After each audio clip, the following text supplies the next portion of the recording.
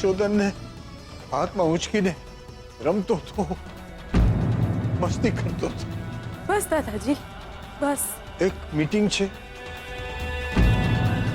કુળદેવીના દર્શન કરીશું અને પછી ઘરે આવી જઈશું. નહીં દાદાજી, જે થઈ ગયું છે એ સાંજ ક્યારે આવી જ નહીં, ક્યારે આવી જ નહીં. વર્ષોના વર્ષો વીતી ગયા. દીકરાને બદલે દીકરાની નિશાનીઓ હતી. વીટી, ચેન અને કડું. આ નિશાનીઓને સહારે જિંદગી જીવાય. દાદાજી, જીવવું પડે છે ને. આ નિશાનીઓની સાથે જ જીવવું પડે છે. તો તમે જીવી લેજો દાદાજીની નિશાનીઓ સાથે.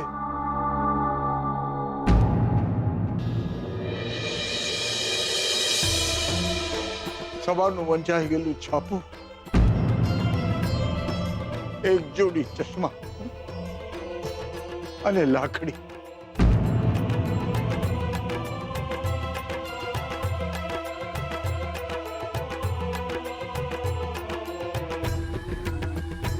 આપવો જ હોય તો મને મારો પ્રદ્યુમન પાછો આપો. ખોટા દિલાસા નહીં.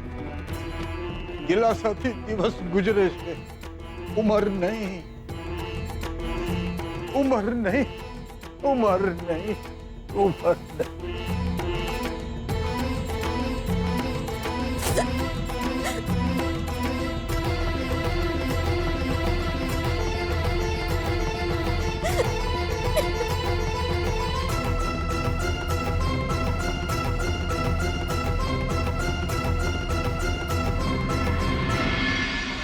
કુળદેવીના મંદિરે જ ગયા હતા કે પછી ત્યાંથી ક્યાંય ફરવા ગયા હતા? મેં ના પાડી હતી ને પર્વત ઉપર જવાની.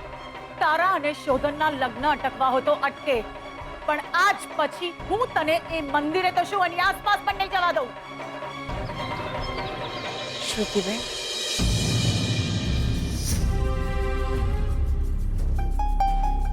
સ્વીટુ, ખબર નહીં પણ પહેલી વાર મમ્માએ મારા અને શોધાના લગ્ન ના થાય એવી વાત કરી છે. અને આટલો બધો ગુસ્સો પણ એને ક્યારે નથી કર્યો. ખબર નહીં પણ કેમ. મને એ નથી સમજાતું કે કુળદેવીના મંદિરે જવાની વાતે મમ્મા આટલી બધી કેમ અકળાઈ છે. કેમ કે એ મંદિર સાથે એમની ઘણી બધી યાદો જોડાયેલી છે. એટલે એ ત્રણેય જણા એકવાર કુળદેવીના દર્શને ગયા હતા. મમ્માની વાત કરે છે. મમ્મા, ડેડ અને શોધનના પપ્પા એ ત્રણે ત્યાં ગયા હતા. એ હા શ્રુતિબેન. ઓહ, શોધનના પપ્પાનો એક્સિડન્ટ થયો ત્યારે ત્રણે સાથે હતા. અને મમ્મા બોલી પણ ખરી કે એ મંદિર પાસે જે પર્વત છે ત્યાં ફરવા નહીં જતા. ત્યાં જ તો શોધનના પપ્પાનો એક્સિડન્ટ થયો હતો. ત્યાં મમ્મા કદાચ એટલે જ ડિસ્ટર્બ હશે. ના શ્રુતિબેન, ઘણી એવી વાતો છે જે માત્ર એ જ જાણતા હોય, અને એટલે કદાચ એમણે તમારા પર આટલો બધો ગુસ્સો કર્યો. બીજી કઈ વાત? ઘણા વર્ષો પહેલા મમ્મા, ડેડ અને શોધનના પપ્પા ત્યાં ફરવા ગયા હતા અને ત્યાં જ શોધનના પપ્પાનો એક્સિડન્ટ થયો ને ત્યાં જ એ મૃત્યુ પામ્યા હતા. બીજી કઈ વાત હોઈ શકે? એ ત્રણે બહુ જ સારા ફ્રેન્ડ હતા. તો પછી એ ત્રણેયની ભાઈબંધી તૂટી કેમ ગઈ? પણ આ બધી વાતો તું કેવી રીતે જાણે છે? શ્રુતિબેન, વાત એ નથી કે હું આ બધી વાતો કેવી રીતે જાણું છું. વાત એ છે કે આજ સુધી આ બધી વાતો તમે કેમ નહોતા જાણતા? હા, મોમ ડેડે મારાથી આ બધી વાતો છુપાવી છે. છુપાવા જેવી જ વાતો છુપાવવામાં આવે છે શ્રુતિબેન. પણ આમાં છુપાવા જેવું છે શું? એ તો એ જ જાણે જેમણે આ બધી વાતો તમારાથી છુપાવી હતી. આજ સુધી. એ કુળદેવીનું મંદિર, એ પર્વત, એ ખીણ, એ અકસ્માત, એ માણસની બાકી રહી ગયેલી નિશાનીઓ, એ વીટી, કડું કે ચેન ના હોઈ શકે બેન. એ માણસની નિશાનીઓ, એ અકસ્માતને છુપાવી રાખનાર માણસો પણ હોઈ શકે. મને કંઈક અજુગતું લાગી રહ્યું છે.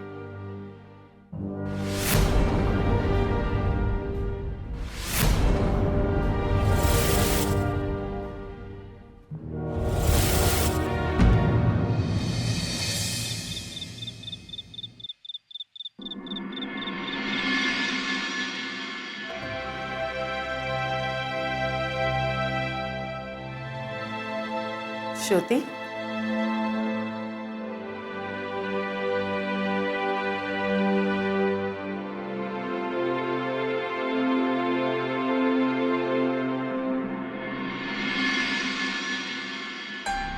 આમ સોરી બેટા, આજે મેં તારા ઉપર બહુ ગુસ્સો કર્યો ને.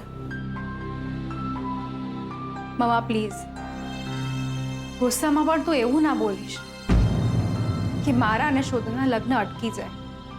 હા,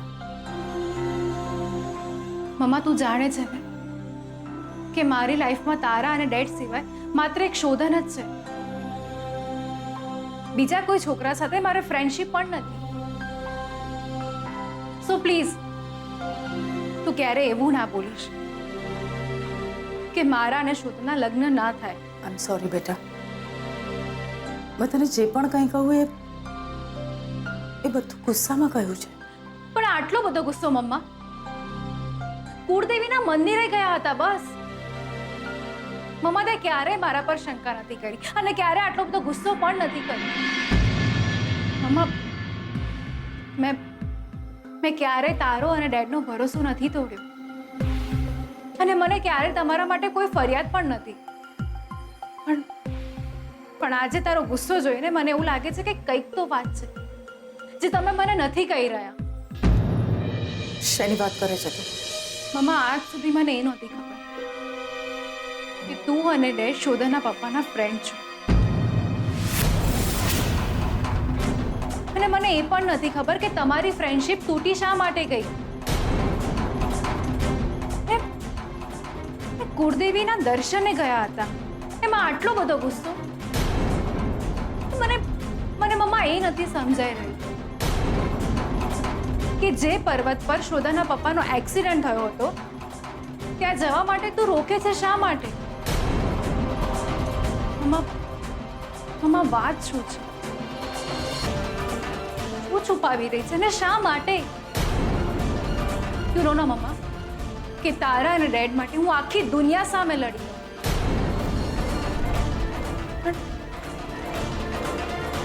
પણ આજે મને પહેલી વાર એવું લાગ્યું કે સ્વીટુની વાત પણ કંઈક સાચી છે. કઈ વાત? શું કહ્યું એણે તને? એને સ્વીટુને લાગે છે કે શોધનના પપ્પાના મૃત્યુ પાછળ કોઈ ભેદ છે.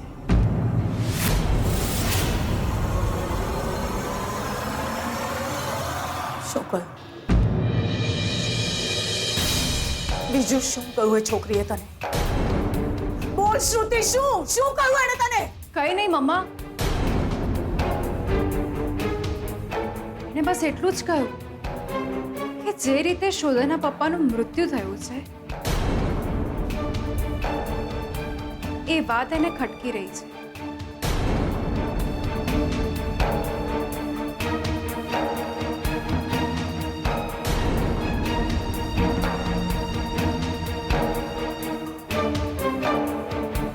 મમ્મા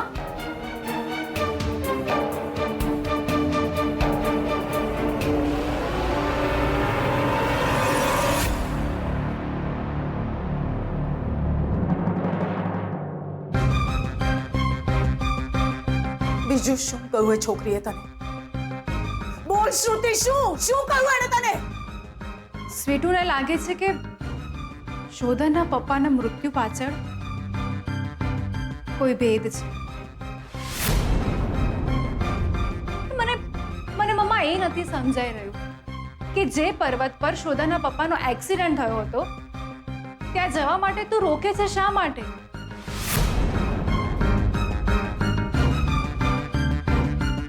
શું છુપાવી રહી છે ને શા માટે?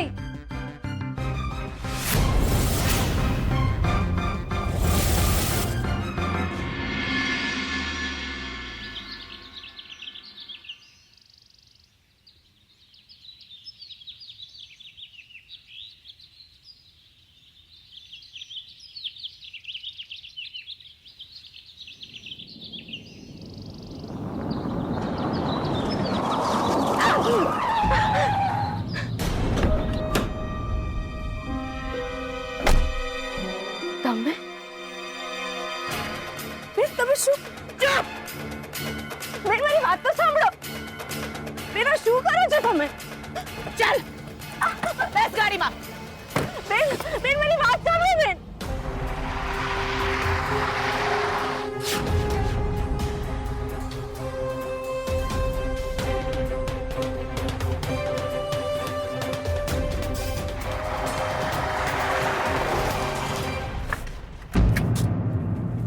બેન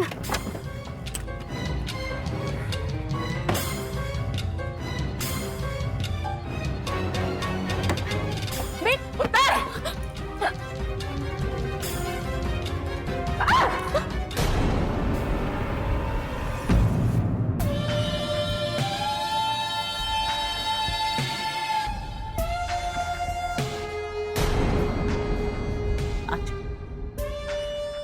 સેન્ડલ પહેર્યા છે ને, સેન્ડલની કિંમત છે 15,000 રૂપિયા. આ ઘડિયાળની કિંમત છે 25,000 રૂપિયા. આ ફોન તને જે દેખાય છે એની કિંમત છે 1.5 લાખ રૂપિયા. હા શોપીસ આ દેખાય છે તને, આની કિંમત છે 2.5 લાખ રૂપિયા. આ જો આખા ઘરમાં મારા જેટલા શોપીસ છે એની કિંમત થાય છે લાખો રૂપિયા.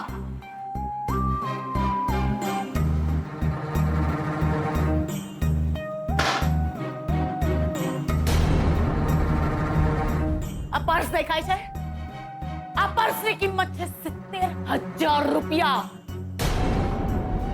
આ ઘર જેમાં તું ઊભી છે ને 20,932 સ્ક્વેર ફીટનું ઘર છે જેની કિંમત લખવા જેટલું તો ભણી પણ નહીં હોય. સમજાય છે તને તું છે કોણ? મહિને 5,500 નો પગાર. એ તારી કિંમત ગણો તો કિંમત અને તારી હેસિયત ગણો તો હેસિયત. બોલ તું છે કોણ?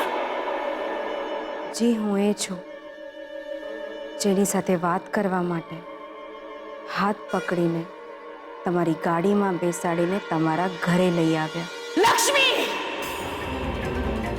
થોડું ધીમેથી બોલ્યા હોત તો પણ મને મારું નામ સંભળાયું જ હોત ને. હિંમત કેવી રીતે થઈ તારી મારા ઘરમાં, મારા પરિવારમાં દખલ દેવાની? આ ઘરમાં તું માત્ર કામવાળી હતી અને એ ઘરમાં પણ ઘરનું કામ કરનાર કામવાળી જ છે. મારા અંગત પરિવારમાં દખલ કેમ દે છે તું? કોણ મરી ગયું, ક્યાં મરી ગયું, કેવી રીતે મરી ગયું, તારે શું?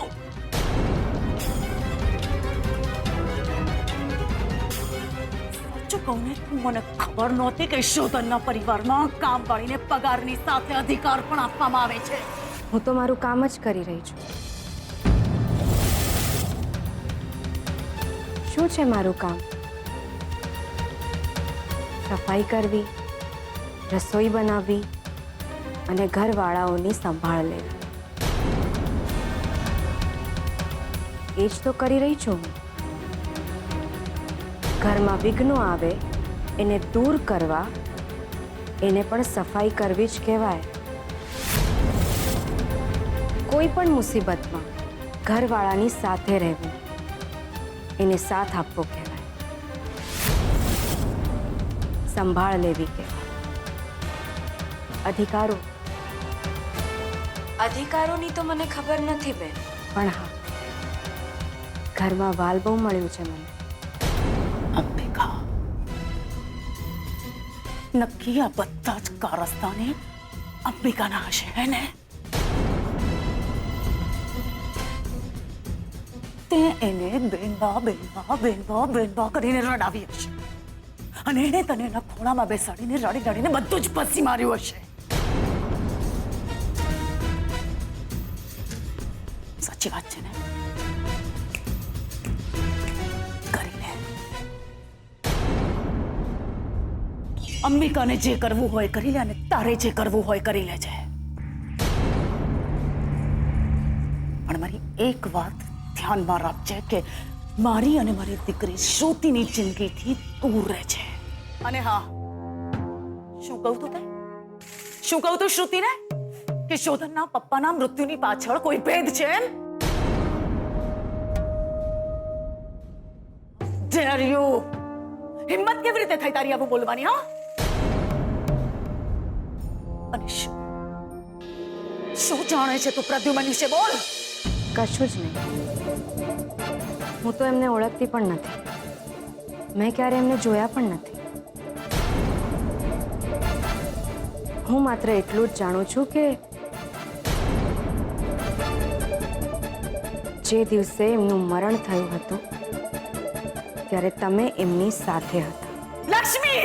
હું માત્ર એટલું જ જાણું છું કે તમે શ્રુતિબેનને પેલા કુળદેવીના દર્શને જવાની ના પાડી કારણ કે એ મંદિરની આસપાસના પર્વત પર આ અકસ્માત થયો હતો. આ ભેદ છે? બોલ, ભેદ છે? આ એક તો એ છે કે જ્યારે તમે અમારા ઘરે આવ્યા ત્યારે એવું ત્રિશૂલ જોઈને ડરી ગયા જેવું તમે પર્વત પાસે જોયું હતું. ખોટી. તો શું આ ખોટી વાત છે કે એમના ગયા પછી તમે એ ઘરમાં ક્યારે આવ્યા જ નથી? લક્ષ્મી! તો શું આ ખોટી વાત છે કે તમારે એમની સાથે લગ્ન કરવાની ઈચ્છા હતી? ખબરદાર, જો હવે એક પણ શબ્દ બોલી છે ને તો હું તારો જીવ લઈ લઈશ. જીવ તો તમે લઈ લીધો બેન.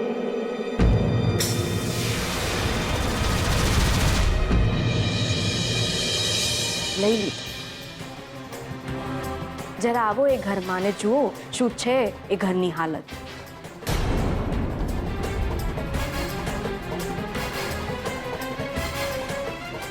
હસતું ગાતું રમતું ઘર શમશાન બની ગયું છે. દાદા દાદીને જુઓ, એમની ઘરડી આંખો જોઈ છે?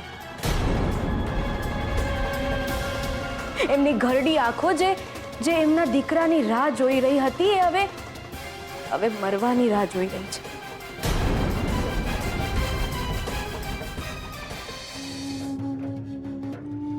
મારા બેનબા, એમને તમે સફેદ સાડલામાં જોયા છે ક્યારે? જીવતી જાગતી લાશ બની ગયા છે. એમને તો એ નથી સમજાઈ રહ્યું કે એ જીવી શા માટે રહ્યા છે. કોળિયો નથી ઉતરી રહ્યો બેન કોઈના ગળેથી. કોળિયો નથી ઉતરી રહ્યો. Get out. અત્યારે ને અત્યારે મારા ઘરમાંથી બહાર નીકળી જા તું. Just get out. નીકળી જા મારા ઘરની બહાર.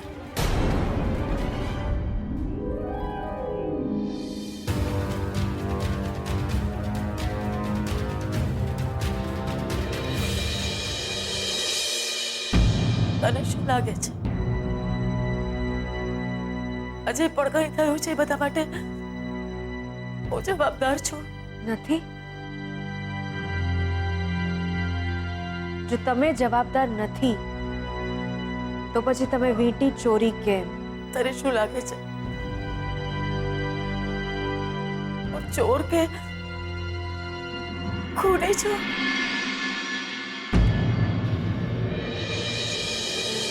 તારા પપ્પા મમ્મી મરી ગયા છે ને, તને એક નિશાની મળે તો તું શું કરે? તારો પતિ તારી સાથે નથી રહેતો ને, એક નિશાની મેળવવા માટે તારે ચોરી કરવી પડે તો તું ના કરે?